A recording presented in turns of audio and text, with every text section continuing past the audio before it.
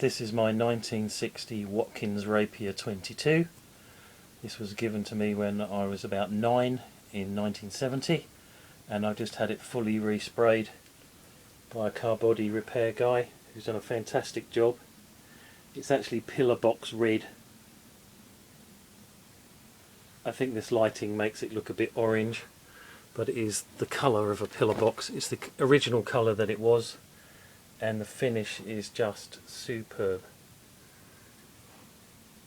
All the original paint crystallised, sort of turned to sugar 30-40 years ago, and it got stripped down and it was never reworked, and I finally got to where I'm going to be putting it back together.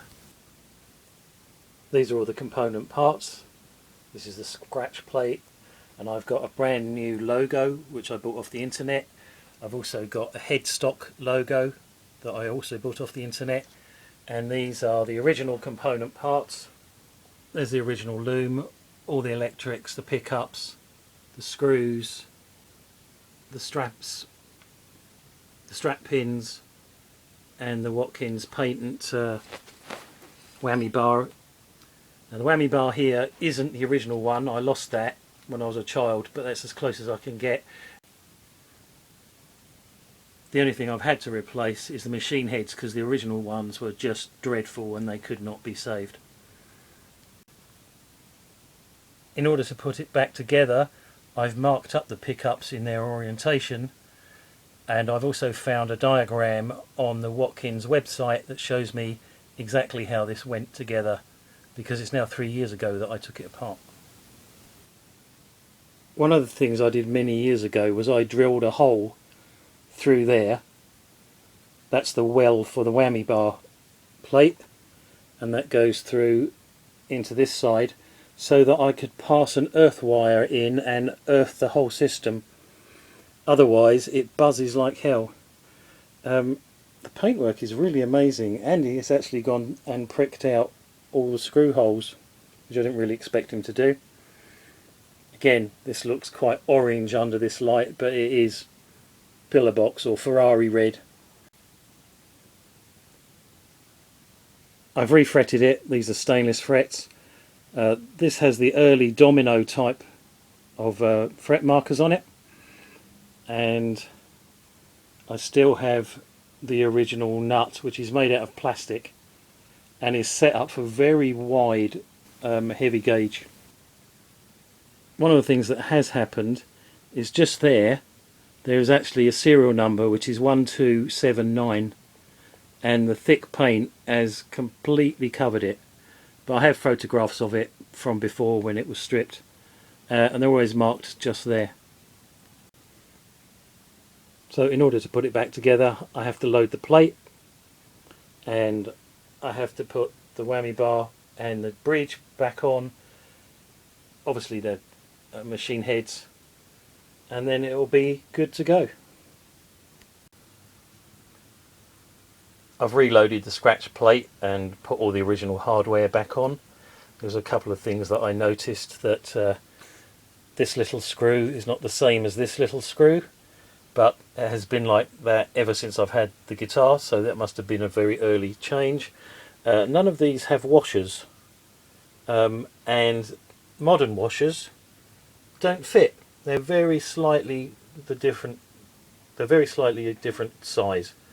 There's the original Pifco switch, there's the original coil tap, and then on the other side I've wired it up following the diagram that I found on the internet. The only thing that does concern me is this rather close to this here. It looks like it's all going to pinch. I'm going to get a couple of small cable ties, cable tie that in, and then stick it down. The original ones just had tape on.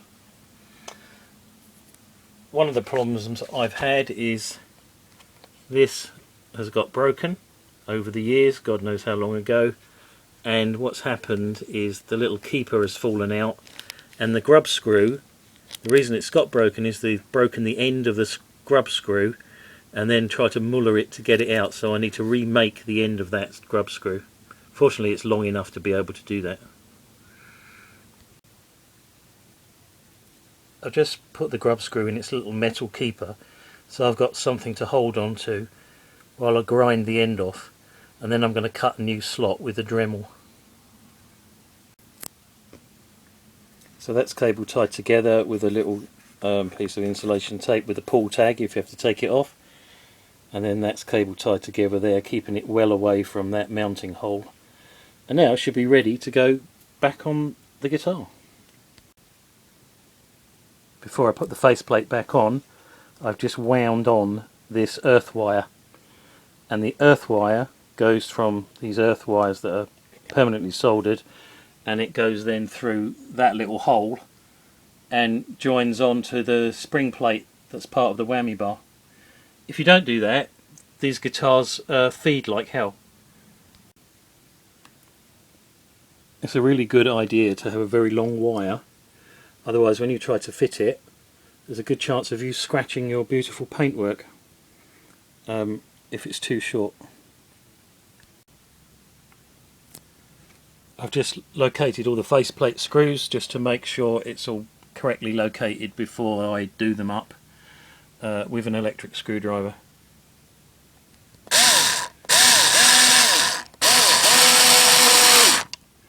So obviously you have to do this really gently because everything's over 60 years old. That's the whammy bar back on, and I've crushed the end of the earth cable. You can just about see the end of it there. I've given that a good clean with Soval Autosol, and I've done all the chrome. Soval Autosol is amazing stuff. It cleans it really well, and it puts a film on it that protects it. And I've done that right at the last minute because obviously I've put lots of fingerprints on it as I've been doing it.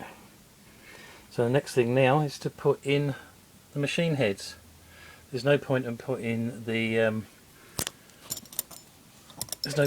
bridge on yet because it's not captive and it will just fall off until you put the strings on.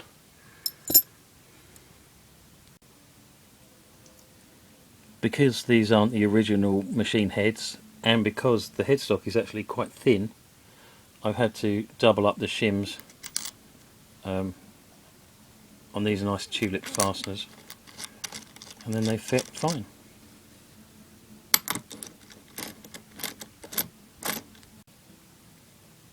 They all went on pretty easily. Now all I've got to do is turn it over and put on the securing screws,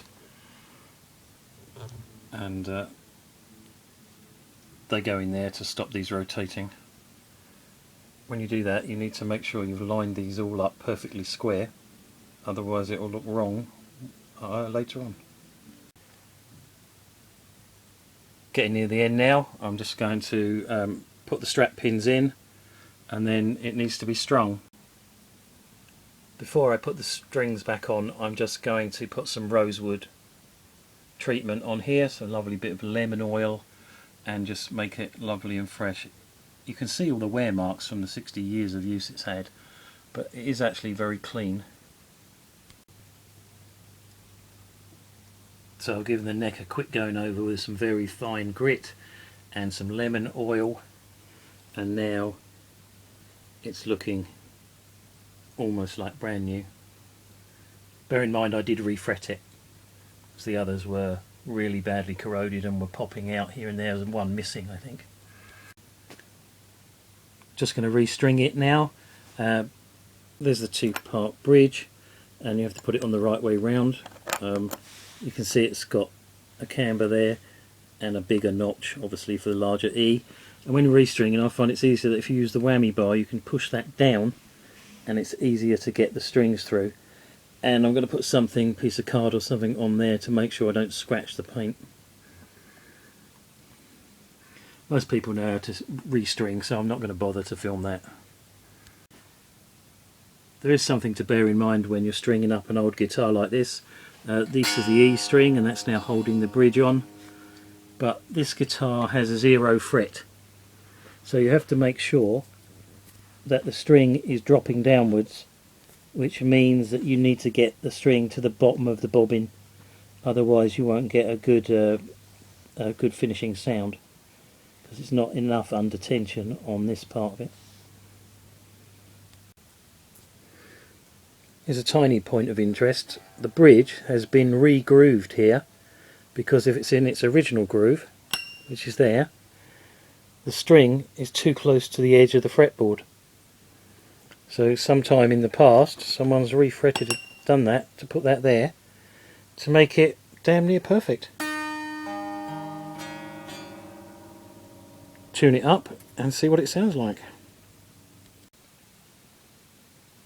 As the finishing touch, I've put the Watkins label on the headstock. This is something I bought off the internet, and it's just a sticker, and I can see it's bubbling up already, so I'm going to have to roller that down tight. So I've plugged it into a Fender amp, and I've already found that not all of it works, but some of it does. But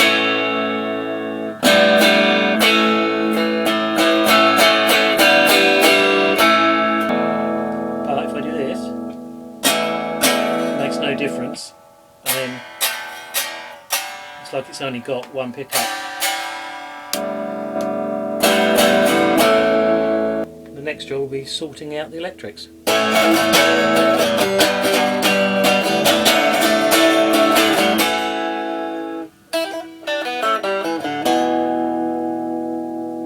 Excellent. So when I put it back together, I managed to pull one of the wires off, this one here. I've soldered that back on, and now I've got a full working circuit. So thanks to Robbie Gladwell for his valuable input. Yeah. What about some smooth jazz?